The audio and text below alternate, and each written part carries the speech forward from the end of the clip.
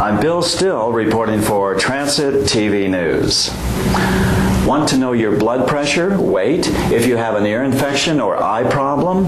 Portable medical devices that plug into smartphones can get you quick answers. They're changing how doctors and patients communicate. Eyes wider? Your eyes may widen too if your next physical was partly done on your smartphone. Here you can see the arteries on the back of your retina. What if you had an earache? Now I'm going to be looking at your other ear. High blood pressure? Now I'm going to hand this to you, and I'm going to let you push the button. Your own doctor may be the next to say, there's an app for that. There's a growing list of medical devices that attach to smartphones and sync with apps.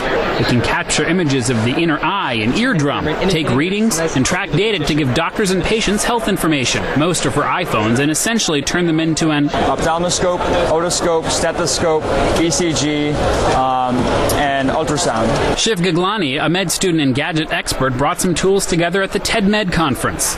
Not all are FDA approved yet. I think we'll see over the next few years a proliferation of more of these devices in the exam room. Some devices, like a plug-in blood pressure cuff and digital scale, are meant for patients at home to monitor themselves daily, notice trends, and spot changes. What we're doing here is meant to improve the patient-doctor relationship and turn patients into their own good data collectors. Data and images can be emailed, perhaps reducing office visits or helping doctors in underserved areas treat patients and consult specialists. These devices are very portable and very compact, and in many cases they actually give better images than our traditional tools. But physicians warn, don't base medical decisions on Dr. iPhone alone. See your real doctor too. Noel Waghorn, The Associated Press. Gims DeLapp, who starred in Oklahoma 70 years ago, is choreographing the musical at the Lyric Opera of Chicago at age 91. The job of a choreographer. You know, I think your neck being up is very peculiar looking. Is to make sure everything moves just so across the stage.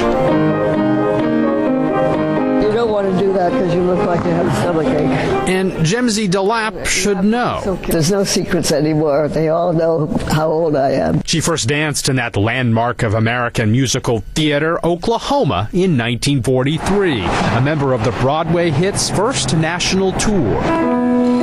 70 years later, she is back as the Lyric Opera of Chicago prepares its production of Oklahoma. The lighting isn't right yet. Choreographing the musical at 91. Well, you do have scene change music, don't you? She's the only person alive who knows Oklahoma. When he pulls you back and forth, and you start.